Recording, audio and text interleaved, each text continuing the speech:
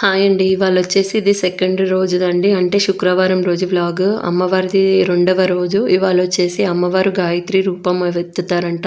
9 రూపాలు ఎత్తి మహిషాసుని వధిస్తారంట అండి అమ్మవారు. సో, అందుకే రోజు ఒక్కొక్క రూపంలో అమ్మవారు మనకు దర్శనం ఇస్తారంట. సో, ఇక్కడొచ్చేసి నేను మార్నింగ్ యథావిధిగా ఇంట్లో అంతా పని చేసుకొని అమ్మవారిని పూజించేసి, బాబుకు మాత్రం ఇంకా హాలిడేస్ ఇవ్వలేదు. అది ఒక్కటే నాకు మైనస్ అవుతుంది. అంటే మార్నింగ్ టిఫిన్ చేయాల్సొస్తుంది కదా బాబుకి లంచ్.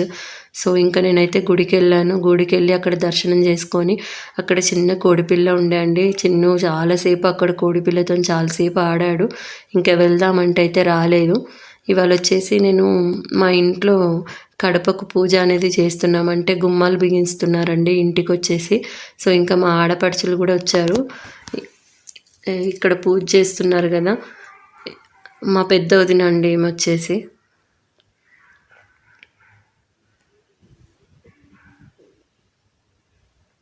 అంటే గుమ్మానికొచ్చేసి ఇంటికి ఆడపడుచులే చెయ్యాలి అని అంటారు గదా! సో, ఇంకా మాకు ఇవాళైతే అంటే నేను మెయిన్‌గా నవరాత్రి దినాలలో గుమ్మం అనేది పెట్టుకోవాలని ముందటి నుంచే అనుకున్నాను. అది అనుకోకుండా ఈ టైం అయితే వచ్చింది.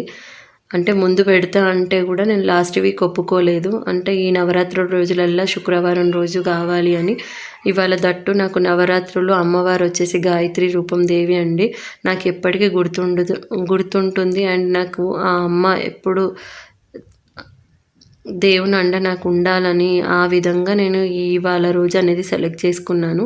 ఇంకా మేము అక్కడి నుంచి ఇంకా ఇంటికి టెంపుల్ నుంచి వచ్చిన తర్వాత ఇంకా వీళ్ళైతే టిఫిన్ నేనైతే చేయలేదండి. మా వదిననే వండింది ఇవాళ టిఫిన్ ఉగ్గాని చేసేసి పిల్లలంతా తినేసి ఇంకా మేము అక్కడికి వెళ్ళాము. ఇంకా టైం అయితే 11:30 అలా అవుతుంది గుమ్మం పూజ చేసేటప్పుడు.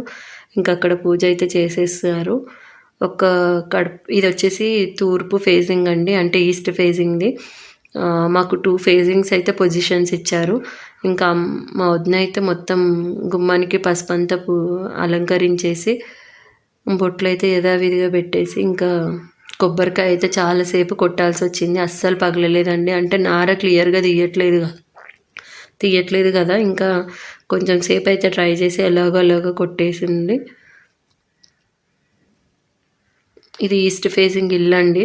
అంటే ఇక్కడ సైడ్ పెద్ద మెయిన్ డోర్ వస్తుంది. ఇంకా నార్త్ ఫేసింగ్ అసలు రోడ్ పొజిషన్. సో, ఇంకా అక్కడ కూడా ఉంది. ఇక్కడ ఒకటి పూజ అయిపోయినాక అక్కడ చేయాలని నేను కూడా అంటే మాకు తెలిసి కూడా ఫస్ట్ టైమే. అమ్మ వాళ్ళు చేసినప్పుడైతే మేము చిన్నగా ఉన్నాము. నాకంత ఐడియా లేదు ఎలా చేస్తారు పూజ అనేది. సో, ఇది ఒక్కటి నాకు గుర్తుగా ఉండాలి మాకు అని చెప్పి ఈ వీడియో అనేది మేము ఇక్కడ చేయడం జరిగింది. ఇంకొకటి ముత్యం పగడం, బంగారం, వెండి, రాగి అన్నీ కలిపి మనకు పూజ సామాగ్రి వాళ్ళు ఇస్తారండి. సో, అక్కడి నుంచి అవి తీసుకొచ్చి ఏదైతే మెయిన్ డోర్ కింద ఉంటుందో అక్కడ అవైతే పెట్టాలంట. సో, అక్కడ అవి పెట్టేసి దాని మీద అలానే ఏ చెడు అనేది ఇంట్లో రాకుండా ఉండడానికి, మంచి కోసం అంటే ఏ నెగిటివిటీ అనేది రాకుండా ఉండడానికి అలా పెడతారంట. సో, ఇంకా అవన్నీ అయితే ఒక డోర్‌కి అయితే పెట్టేసాము. ఇంకొక రెడ్ కలర్ క్లాత్‌లో కొబ్బరికాయ అంటే బూరిది అని కొబ్బరికాయ, అందులో నవధాన్యాలు, కుంకుమ, పసుపు, పువ్వులు అన్నీ వేసేసి ఇలా కట్టాలి. ఇంకో కడపకొచ్చేసి మా చిన్న వదిన కూడా చేసిందండి. ఇంకా నేనైతే ఫస్ట్ టైం అంటే నాకు తెలియకముందు అమ్మ వాళ్ళు చేశారు కానీ నాకు అంత గుర్తులేదండి ఏ విధంగా. అంటే అప్పుడు ఆ ఏజ్ ఆడుకునే ఏజ్ కదా, అంత ఫైండ్ అవుట్ అయితే చేయలేదు నేను. ఇంకా రెండో కడపకు కూడా మొత్తం సేమ్ అలానే అలంకరించి కుంకుమ, పసుపు, పువ్వులు వేసి ఇలా అలంకరించేసి పెట్టారు. ఇంకా చెప్పాను కదా పొట్టు అదే నార తీయని కొబ్బరికాయ, అందులో కుంకుమ, పసుపు, నవధాన్యాలు, పువ్వులు వేసేసి ఎర్ర బట్టలో ముడి వేసి కట్టారు. కట్టి ఒక గుమ్మానికైతే కట్టారండి. గుమ్మానికొచ్చేసి మామిడి తోరణాలు, పువ్వులు వచ్చేసి అక్కడ ఎవరైతే పని చేస్తారో ఆ అంకులైతే కట్టారు.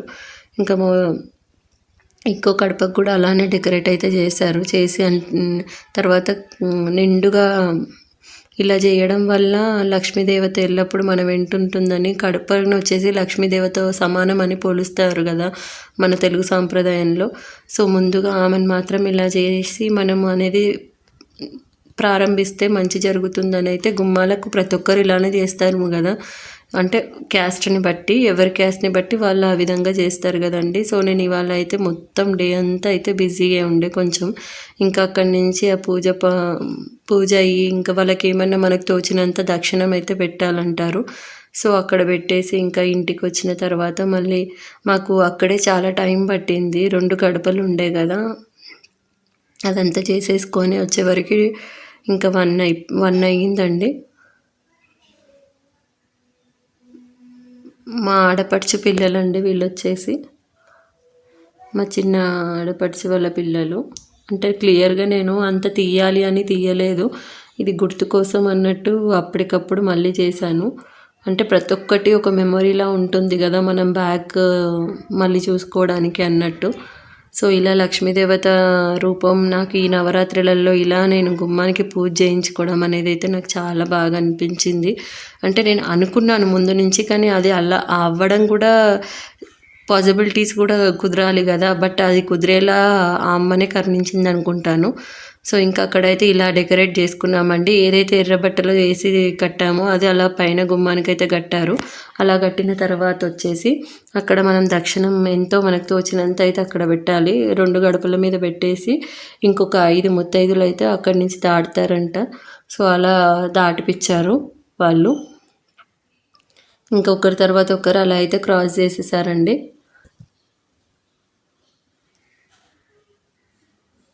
ఫస్ట్ మా వారు, తర్వాత మా పెద్ద వదిన, తర్వాత మా చిన్న వదిన, తను వచ్చేసి మా అక్క బిడ్డ అండి. తర్వాత వచ్చేసి ఇంకా మా చిన్న వదిన బిడ్డ కూడా వస్తుంది.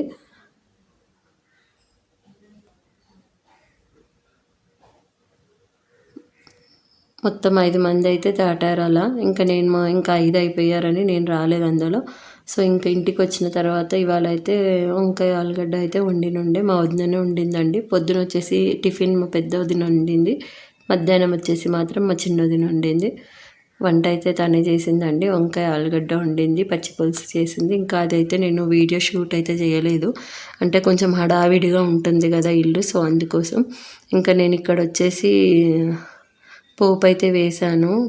పల్లీలు, పచ్చిమిర్చి, ఎండుమిర్చి, మినపప్పు, శనగపప్పు, ఆయిల్ కొద్దిగా ఎక్కువ వేసుకొని అవి బాగా ఫ్రై అనేది అయిన తర్వాత ఒక 1 టేబుల్ స్పూన్ పసుపు కూడా వేసి ఫ్రై అనేది చేసుకున్నానండి. ఇందులో కొద్దిగా ఇంగువ కూడా వేసుకున్నాను.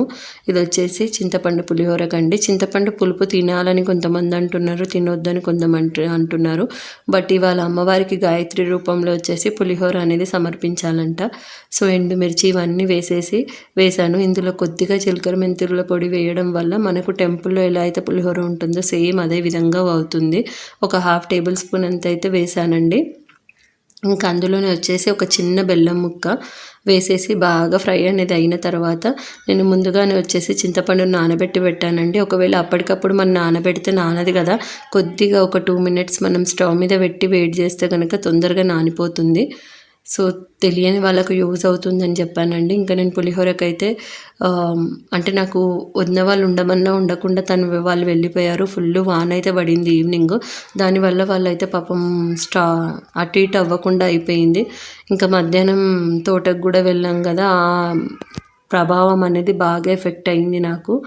అంటే ఫుల్ హెడేక్ అయ్యి వామిటింగ్స్ అయితే అయ్యాయండి. ఇంకా లేచి మళ్ళీ నేను అమ్మవారికి అయితే నైవేద్యం సమర్పించాలని మళ్ళీ ఫ్రెష్ అప్ అయ్యేసి ఇంకా నేనైతే పులిహోరకు గుజ్జు తీసేసి చింతపండు అందులో పోసి దగ్గరగా అయ్యేంత వరకు ఉడకనివ్వాలండి. ఇక్కడ వచ్చేసి నేను టేస్ట్కి తగ్గంత సాల్ట్ యాడ్ చేసుకొని ఉడకనిచ్చాను. ఇంకా నేను వదిన వాళ్ళే పాపం వర్షంలోనే వెళ్ళాల్సి వచ్చింది. అంటే వర్షం లాస్ట్ కొంచెం ఉన్నప్పుడు ఇంకా వదిన వాళ్ళు అయితే వెళ్ళిపోయారు. వాళ్ళు వెళ్ళిపోయిన తర్వాత ఇవాళ ఇంకా మేస్త్రి కూడా వచ్చినుండండి. అంటే ఏవైతే మాకు ఎలాగా డిజైన్ చేయాలి అనేది దాని గురించి మాట్లాడారు. సో అక్కడే నాకు ఇంటికి వచ్చేవరకు 7 అయింది. మార్నింగ్ నుంచి ఫుల్ బిజీగానే ఉండే నేను. సో ఫోన్ ఆప్షన్ కూడా లేకుండే అండి. ఇలా దగ్గర పడిన తర్వాత తీసేసాను. ఇంకొక పక్క వచ్చేసి నేను అన్నం అయితే వండుతున్నానండి, రైస్ కుక్కర్లో పెట్టుకున్నాను. ఇంకా అన్నం చల్లార్చుకొని ఎంతైతే పులుసు కావాలో అంత అన్నంలో తీసుకున్నాను. అంటే కొద్దిగా ఎక్కువగానే చేశాను నేను. ఇంకా పులుసు వచ్చేసి కలిపేసుకున్నాను. ఇలా పులుసు మీరు చేసి పెట్టుకున్నారనుకోండి 1-2 మంత్స్ అయినా కూడా అస్సలు పాడవదు. బట్ ఇందులో మీరు సాల్ట్ వేసి పెడతారు కదా, అన్ని డేస్ ఉంచుకోవడం కూడా హెల్త్ వైజ్గా మంచిదైతే కాదు. బట్ ఎప్పుడన్నా ఒకసారి అంటే అయితే ఏం కాదు. కొంచెం పులుసు వేసినా కూడా ఇలా దగ్గరికి మనం గుజ్జుడికించడం వల్ల చాలా అన్నానికైతే కలపొచ్చండి. సో ఇంకా నేను ఎంతైతే కావాలో అంతైతే కలిపేసుకున్నాను అమ్మవారికి. కలిపేసి ఇంకా నేను నైవేద్యం అయితే అమ్మవారికి సమర్పించానండి. అస్సలు ఇంకా నాకు తనే ఓపిక అయితే ఇవ్వాలి. ఇవాళ రెండో రోజు అయితే హెల్త్ అస్సలు నాకు బాగాలేదు. అంటే మార్నింగ్ అంతా బాగానే ఉండే, ఈవినింగ్ నుంచి ఇంకా హెడేక్ స్టార్ట్ అయ్యి అస్సలు కంట్రోల్ అవ్వలేదండి. ఇంకా ఓపిక లేకుండా మాత్రం చేశాను. ఎలాగో అలాగా ఇంకెక్కువ అయితే పెట్టుకోలేదండి.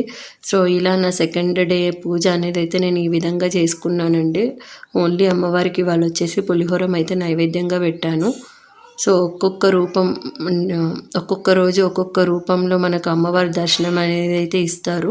సో ఎలాగో అలాగా మనము అంటే మీకు ఆ రూపాల గురించి మీరు నార్మల్గా ఇప్పుడు అందరూ అంటే ఇంతకుముందు పెట్టేవాళ్ళు కాదు, కానీ ప్రతి ఒక్క కాలనీకి ఇలా అమ్మవారి రూపం అనేది నిల్చోబెడుతున్నారు కదా, అక్కడ మీకు క్లియర్గా చూపిస్తారు.